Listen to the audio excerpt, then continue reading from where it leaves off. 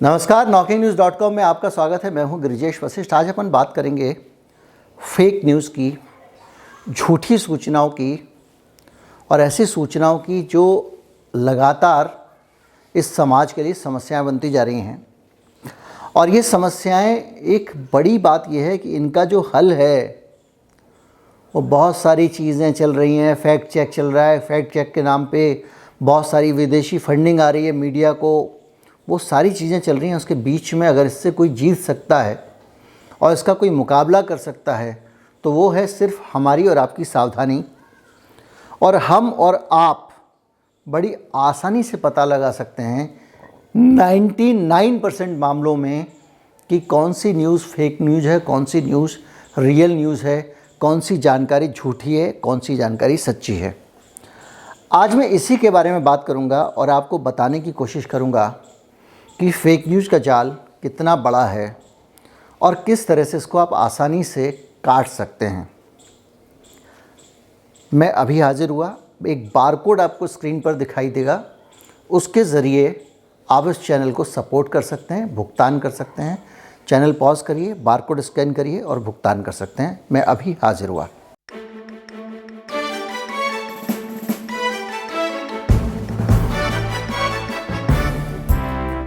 बहुत सारी खबरें आपने पढ़ी होंगी कि किस तरह से देश भर में सिर्फ बच्चा चोरी की घटनाएं नहीं, बच्चा चोरी की आशंकाएं और उनसे जुड़ी हुई फेसबुक के सेंसेशनलिज्म में कैसे हज़ारों लोग कत्ल कर दिए गए, भीड़ ने उनको पीट पीट के मार डाला। कुछ खबरें ऐसी आईं कि जो सीरिया में जब ब्लास्ट हुआ, अमेरिका ने बम पटकाए, रूस ने बम पटके, तो बहुत सारे बच्चे मारे गए। तो छोटे छोटे बच्चों की लाशें शिनाख्त के लिए वहाँ रखी गई थीं।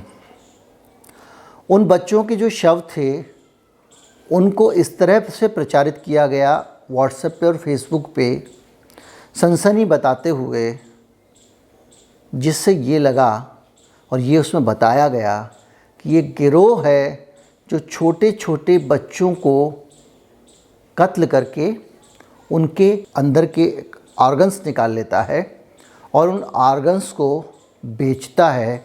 और देखिए कितने सारे बच्चे इस गिरोह ने मार दिए हैं। छोटे छोटे बच्चों के मासूम चेहरे आपकी आंखों के सामने जब आएंगे तो बड़ी जाहिर सी बात है, आपका मन हिल जाएगा। और ये सब बातें फिर अफवाहों में बदलीं और जगह जगह लोगों को ये समझाया जाने लग गया कि कुछ गिरोह घूम रहे हैं, साधु के रूप में घूम रहे हैं, बाबा के रूप में घूम रहे हैं और वो आपके बच्चों को मार सकते हैं। और इसी सिलसिले में जब देश भर में, बंगाल में, असम में, गुजरात में, अलग अलग हिस्सों पे कोई अनजान व्यक्ति, अजनबी किसी गांव में आ जाता था तो लोग उसे शक की नज़र से देखने लगते थे और अगर संतोषजनक उत्तर नहीं मिला तो लोग उसको मार डालते थे। 2-3 साल पहले इस तरह की बहुत सारी हत्याएं हुई। एक बहुत प्रसिद्ध कांड है पालघर का मामला। पालघर में कुछ साधु महात्मा थे, वो एक गांव में इसी तरह से जाते हैं और वहाँ लोग समझते हैं कि ये बच्चा चुराने आए हैं, ये बच्चा चोर हैं, उनके अंगों का कारोबार करते हैं और उन साधुओं को पीट पीट कर मार डालते हैं। आप देखिए वो साधु जो है वो झूठी अफवाहों का, फेक न्यूज़ का शिकार हुए, व्हाट्सएप शेयर का शिकार हुए और उनकी मौत को बाकायदा एक सांप्रदायिक घटना के तौर पर दिखाया गया। ये कहा गया कि मारने वाले दूसरे धर्म के थे, साधुओं की हत्या कर दी गई और जिस फेक न्यूज़ का वो शिकार हुए थे उनकी मौत को भी एक फेक न्यूज़ बनाया गया और पूरी देश में इस तरह प्रचारित किया गया कि आज भी बड़ी संख्या में लोग उन साधुओं की हत्या को, पालघर के साधुओं की हत्या को एक सांप्रदायिक घटना मानते हैं। उनको लगता है कि उन साधुओं को दूसरे धर्म के लोगों ने मार दिया क्योंकि इस देश में राजनीति को सूट करता था। और अभी भी बहुत सारे लोग पालघर के मामले को ये मानकर चल रहे हैं, आज भी उनके दिमाग में फेक न्यूज़ ही जिंदा है। इस तरह की बहुत सारी फेक जानकारियाँ, जैसे पंडित नेहरू खानदानी मुसलमान थे, ऐसे ही सैकड़ों जानकारियाँ, जैसे पंडित नेहरू के कपड़े पेरिस से धुल के आते थे। और वो फेक न्यूज़ आज से नहीं है, अभी सोशल मीडिया पे शेयर हो रही हैं, उससे पहले जुबानी साझा होती थी। कुछ संगठन हैं वो जो रोज़ शाम को उसके लोग मिलते हैं, अपना कार्यक्रम करते हैं, परेड वरेड करते हैं। जब परेड वरेड ख़त्म हो जाती है तो आपस में इसी तरह की कुछ न्यूज़ ऊपर से आती हैं, उसको आपस में साझा करते हैं, और वहाँ के लोग वापस जब लौटते हैं तो भी मसाला लगा लगा के उस फेक न्यूज़ को बांटते रहते हैं। लेकिन हमारा मसला है फेक न्यूज़ से कैसे बचें। तो अब ये कुछ उदाहरण है, इससे आप समझ लीजिए कि फेक न्यूज़ कितनी ख़तरनाक चीज़ है। कुछ लोग हो सकता है कि पालघर के इस उदाहरण को आज भी यही मानते हों। उनसे निवेदन है कि वो जो तरीके इसमें बताए गए हैं जांच करने के, उन तरीक़ों से उस खबर को जांच करके देखें, उनको भी पता लग जाएगा। सबसे पहले सवाल इस बात का है कि आपके पास में जो फेक न्यूज़ आती है उसके मुख्य स्रोत क्या हैं, कौन कौन से सोर्स हैं। तो भारत में सबसे बड़ा जो झूठी खबरों का, फेक न्यूज़ का स्रोत है, गलत जानकारियों का स्रोत है, वो एक मैसेंजर है। एक ऐसी चीज़ है जो सोशल मीडिया नहीं है, एक मैसेंजर है जिसको आप व्हाट्सएप कहते हैं। व्हाट्सएप के ज़रिए सबसे ज़्यादा फेक न्यूज़ साझा की जाती है, क्योंकि व्हाट्सएप के अंदर किसी जानकारी को एक व्यक्ति दूसरे को भेज रहा है, उस जानकारी की जांच नहीं की जा सकती, क्योंकि वो जानकारी सार्वजनिक रूप से पोस्ट नहीं की जा रही है। और उस जानकारी की जांच करने का मतलब होगा लोगों की प्राइवेसी में झांकना, और इसलिए व्हाट्सएप सुरक्षित है फेक न्यूज़ का काम करने वालों के लिए।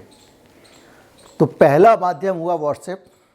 दूसरा माध्यम हुआ कि किस तरह से आप जो है, आपके पास में कुछ खबरें अलग अलग अपुष्ट टाइप के पोर्टल्स से आती हैं, जो इंडिपेंडेंट मीडिया पोर्टल के तौर पर ऑपरेट करते हैं।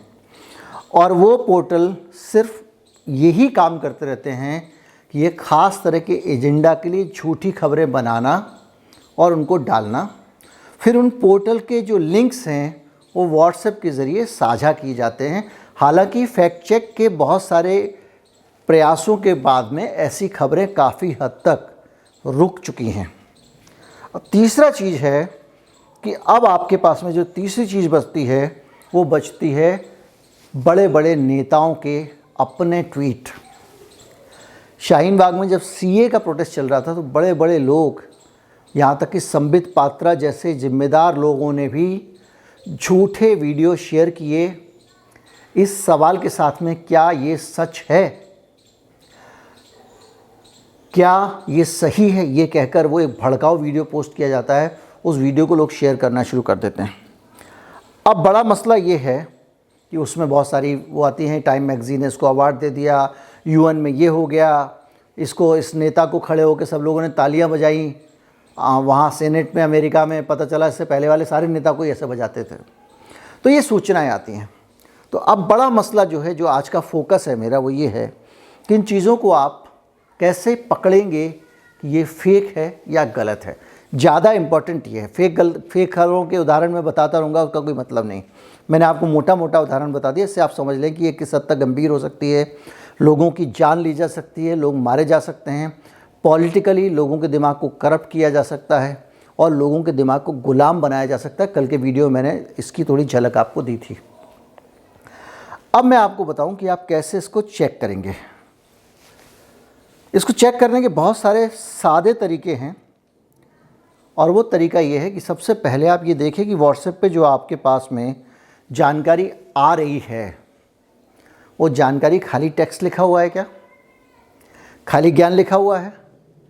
अगर ज्ञान लिखा हुआ है तो उसके फेक होने की 90% संभावना है।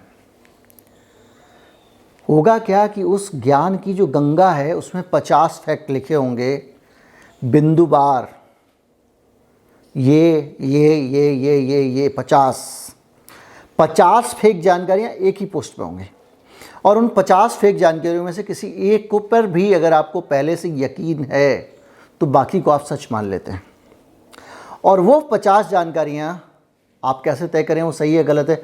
अगर आप उसको फैक्ट चेक भी करेंगे तो 50 जानकारी के लिए आपको 50 बार सर्च करना पड़ेगा। तो जो बनाने वाला है उसने इसी शरारत के साथ बनाई है। तो पहला काम ये करिए कि इस तरह की जो खबर आए उसको सबसे पहले एक नज़र में झूठा मान लीजिए। जो सूचना आए, इस तरह की जो भी आए, गांधी जी के बारे में आए, नेहरू जी के बारे में आए, सावरकर के बारे में आए, अगर उस सूचना के साथ में कोई सोर्स नहीं है, स्रोत नहीं लिखा हुआ है, लिंक नहीं है नीचे, स्रोत भी लोग गलत लिख देते हैं आजकल। हिंदुस्तान टाइम की जगह वो कर देंगे हिंदुस्तान लीगल न्यूज़ की तरफ से आए, या कुछ और लिख देंगे, या इंटरनेशनल संस्थाओं के नाम तोड़ मरोड़ के नए बना देंगे। आपको लगेगा बात तो सही है। तो जब तक सोर्स के तौर पे लिंक ना हो नीचे, एक ऐसा लिंक जिसको आप क्लिक करें तो वो खुल जाए, तब तक आप उस न्यूज़ पे भरोसा मत करें। और उस लिंक को भी खोलने से पहले ध्यान से देख लें कि वो किसी क्रेडिबल सोर्स से है या नहीं। द हिंदू से है, टेलीग्राफ से है, टाइम्स ऑफ इंडिया से है, हिंदुस्तान टाइम्स से है, वायोन से है, या आपका प्रिंट से है, तो आप मान लीजिए कि भाई ये खबर जो है ये बड़े और क्रेडिबल संस्थानों की खबर है, आज तक से है, जी न्यूज़ से है, ये गलत नहीं दे सकते। कुछ लोगों के मन में आ रहा होगा नहीं तो हमको तो याद है इन्होंने भी झूठी खबरें दी थी। ठीक है, तो पहला काम तो ये देखिए वो क्रेडिबल सोर्स से हैं या नहीं। दूसरा काम, वो जो भी जानकारी है उस जानकारी में कुछ इम्पॉर्टेंट शब्द होते हैं, जैसे कि पालघर की साधुओं वाला अगर आपके पास जानकारी आती है कि पालघर में किस तरह साधुओं की हत्या की गई, तो आप 3 शब्द पालघर साधु हत्या कंप्यूटर में टाइप करें और उसको बाकायदा गूगल से सर्च करें। आपके पास में कई सारे क्रेडिबल माध्यमों से पालघर साधु हत्या की खबर खुल जाएगी। जो आपकी पसंद हो, इंडियन एक्सप्रेस हो, हिंदू हो, आज तक हो, इंडिया टुडे हो, टेलीग्राफ हो, उसको खोल के पढ़ लीजिए। आपको पूरी सच मालूम पड़ जाएगा कि पालघर के साधुओं की हत्या कब हुई, कैसे हुई, किसने की, और उसकी जांच में क्या सामने आया। लव जिहाद क्या होता है? लव जिहाद लिख के आया भैया, सर्च करो विकीपीडिया पे मिल जाएगा। लव जिहाद की परिभाषा, कब कब लव जिहाद की जांच हुई, कितनी बार सच पाया गया, झूठा पाया गया, वगैरह वगैरह, इस तरह की चीज़ें आई। अब आप कहेंगे कि साहब ये तो ठीक है, ये तो शब्द लिखे हुए आ गए। अब अगर उस पर एक फ़ोटो आ गया जिसमें गांधी जी डांस कर रहे हैं हीरोइन के साथ में, लड़की के साथ में, या महारानी लक्ष्मीबाई का फ़ोटो जल्दी जल्दी शेयर करो करके लिखा हुआ है, उसका रंग वंग बदल के उसको ब्राउन राउंड कर दिया गया है, तो इसकी जांच कैसे करें? इसकी जांच करने का बहुत सरल तरीका है। इसके जो फ़ोटो हैं उनको आप डाउनलोड कर लें और गूगल का जो फ़ोटो सर्च है उस पर जाके आप सर्च कर लें, तो वो फ़ोटो आपको बता देगा कि ये जो बच्चों के शवों वाला मैंने बताया था आपको, उस फ़ोटो को सर्च करेंगे तो आपको बता देगा सीरिया में बच्चों की मौत का फ़ोटो। आपको कहीं जाने की ज़रूरत नहीं है, अपने आप आपको वो फ़ोटो मिल जाएगा। देख लीजिए सबसे पहले वो फ़ोटो कहाँ पोस्ट हुआ था, और अगर वो फ़ोटो लगातार सोशल मीडिया पे ही पोस्ट हो रहा है, फेसबुक ट्विटर पे ही चल रहा है, उसकी कहीं खबर नहीं है किसी क्रेडिबल संस्थान पे, तो वो 200% मान लीजिए कि फ्रॉड निकलेगा। इसलिए उस पर भरोसा नहीं करना है। इसके अलावा लिंक भी कई बार गड़बड़ होती हैं। जैसे कि मैंने आपको बताया, बहुत सारी ऐसी संस्थाएं हैं, बहुत सारी ऐसी वेबसाइट हैं जो लगातार इस तरह की चीज़ों को छापती हैं। वो एक ख़ास एजेंडा के तहत काम करती हैं। आपके पास आ जाएगा पेप्सी कोला जो है, अब जो दुश्मन है, राजनीतिक दुश्मन, वो आ जाएगा, पेप्सी कोला के अंदर खून मिलाया जाता है। अब आपको लगेगा अरे पेप्सी कोला के अंदर खून है, ये है, वो है, तमाम सारी चीज़ें। अब एक आ जाएगा आपका फ़ोटोशॉप में बहुत सारे फ़ोटो आते हैं। मैंने आपको बताया कि किस तरह से मोदी जी के कई तरह के फ़ोटो आ चुके हैं, कई तरह के राहुल गांधी के फ़ोटो आ चुके हैं। वीडियो भी कई बार आपके पास एडिटेड आते हैं, तो उन वीडियो के भी कुछ कीवर्ड होते हैं, जैसे आलू सोना, इधर से आलू डालो उधर से सोना निकालो, आपको एक वीडियो मिला, बहुत सारे लोगों को मिला, और वो इतना ज़्यादा चला कि सबसे ज़्यादा लोग अभी भी ये समझते हैं कि वो बयान राहुल गांधी ने आलू सोना वाला दिया होगा। आप क्या करें, राहुल गांधी आलू सोना फुल स्पीच यूट्यूब पे सर्च कर लें। यूट्यूब पे आपको राहुल गांधी का पूरा भाषण मिल जाएगा, तो आपको पता चल जाएगा इसका कॉन्टेक्स्ट क्या था, ये किस बारे में कह रहा था। क्या सचमुच आलू डाल के सोना बनाने की बात कर रहा था, या इसको तोड़ा मरोड़ा गया है। तो क्या हुआ कि आपका रिवर्स इमेज सर्च और गूगल सर्च से ही 99% चीज़ों का आप पता कर सकते हैं। एक और है CTRLQ.org करके एक साइट है, वहाँ पे भी आप रिवर्स इमेज सर्च कर सकते हैं। और अब तो बहुत सारी साइट भी आ गई हैं, सारे के सारे चैनल्स के। अगर आप आज तक की वेबसाइट पे जाएंगे तो वहाँ फैक्ट चेक का अलग से पेज है, जहाँ पे वो रोज़ ही इस तरह की जानकारियों का फैक्ट चेक करते रहते हैं। सारे मीडिया हाउसेस में फैक्ट चेक का पेज है, वहाँ से आप पता कर सकते हैं कि कौन सी जानकारी झूठी है, कौन सी जानकारी सच्ची है। लेकिन बहुत सारे ऐसे हैं जो फेक पोर्टल हैं, जैसे BBC है, bbclivenews.com। आपको लगेगा भाई ये तो BBC की न्यूज़ है, लेकिन वो BBC की न्यूज़ नहीं होगी, वो फर्जी है। दैनिक भारत, न्यूज़ रूम पोस्ट, जागरूक भारत, ये सब इस तरह के बहुत सारे संस्थान आपने देखे होंगे। इनकी अब खबरें दिखती नहीं, क्योंकि अब फैक्ट चेक आ गया और इनको पीछे डाल दिया गया, वरना पहले इन्होंने बहुत सारी अफवाहें फैलाई हैं। और इसका सबसे बड़ा एक तरीका है, ये तो हुआ टेक्निकल तरीका जांचने का, एक मानसिक तरीका भी है। आपकी जो मानसिक अवस्था है उसको ज़रा नियंत्रित रखें। ये जो राजनीति है या ये जो इस तरह की चीज़ें हैं, जब भी इसमें कोई फेक चीज़ आती है तो आपके मन के तार झंकृत कर देती है, खोपड़ी आपकी घूम जाती है। आपको या तो बहुत ज़ोर से क्रोध आएगा, या आपको जोश आ जाएगा, आपकी देशभक्ति जाग जाएगी, या आपको बहुत ज़ोर से हंसी आएगी, या आप दुखी हो जाएंगे। और जो फेक कंटेंट होता है उसका निशाना आपका दिमाग होता है। और जब आप सबसे ज़्यादा इमोशनल होते हैं इन चीज़ों को देखकर, वही सबसे ज़्यादा ठहर के फैक्ट चेक करने का समय होता है। जैसे ही कोई ये कहे कि फ़लाँ आदमी पाकिस्तान का आदमी है, मिला हुआ है, आपको गुस्सा आए, पहले चेक कर लें भैया, कौवा कान ले गया या कान जगह पे लगा हुआ है। क्योंकि इस तरह की चीज़ें जब भी आएंगी तो वो आपको इमोशनली हर्ट करती हैं, और उस झटके में आप उसको 50 लोग को शेयर कर देते हैं, 100 लोग को शेयर कर देते हैं, और आप फंस जाते हैं। दूसरा, अगर फेक सामग्री आपके सामने पड़ती है तो टोका टाकी करते रहें। मैं तो ये करता हूँ कि भाई मेरे अगर जिस व्हाट्सएप ग्रुप में मैं हूँ, किसी ने अगर झूठी जानकारी डाली और मुझे सच्ची जानकारी पता है, या मैंने फैक्ट चेक किया और मुझे सच्ची जानकारी पता लग गई, तो मैं बताता हूँ ये जानकारी आपकी गलत है भाई साहब, सच ये नहीं ये है, आप करेक्ट कर लीजिए। हो सकता है बहुत सारे लोग चिढ़ जाएं, क्योंकि जैसे मैंने कल आपको बताया था कि एक सेंस ऑफ एसोसिएशन की भी बीमारी होती है, कि व्हाट्सएप में अगर मैंने कोई मैसेज भेजा है और वो मैसेज गलत निकल गया, इसका मतलब सामने वाला सीधा ये मानता है कि वो मैसेज मैं गलत निकल गया, क्योंकि मैंने वो मैसेज भेजा था। वो हर्ट फील करता है, ऑफेंडेड फील करता है। कोई बात नहीं, करने दीजिए, लेकिन वो आदमी गलत कंटेंट फॉरवर्ड करके जो नुकसान खुद उठा रहा है और दूसरों को नुकसान पहुंचा रहा है, उसके मुकाबले ये कीमत बहुत कम है। मेरे दोस्त भी कभी भी कोई इस तरह की जानकारी भेजते हैं, मैं उनको करेक्ट करता रहता हूँ। तो इमोशंस में अपने आप को नियंत्रित रखिए, ताकि आप इसमें ना फंस जाएं। और एक मूल मंत्र, जब कोई बहुत बड़ी, बहुत सेंसेशनल खबर होगी, बड़ी खबर होगी, जिसमें बड़ा कत्लेआम हो गया हो, या गांधी जी के बारे में कोई खुलासा हो गया हो, या नेहरू के बारे में कोई खुलासा हो गया हो, सुभाष चंद्र बोस के बारे में खुलासा हो गया हो, तो ये जानकारी किसी न किसी ऑथेंटिक सोर्स पे मिलेगी आपको। कहीं किसी पुस्तक में होगी, कहीं किसी जगह पे होगी। और अगर ताज़ा खबर है, जैसे कि अभी लता मंगेशकर का निधन हो गया, निधन उनका बाद में हुआ, उससे पहले 2 बार खबर आ गई। दिलीप कुमार मरने से पहले 10 बार मर चुके थे।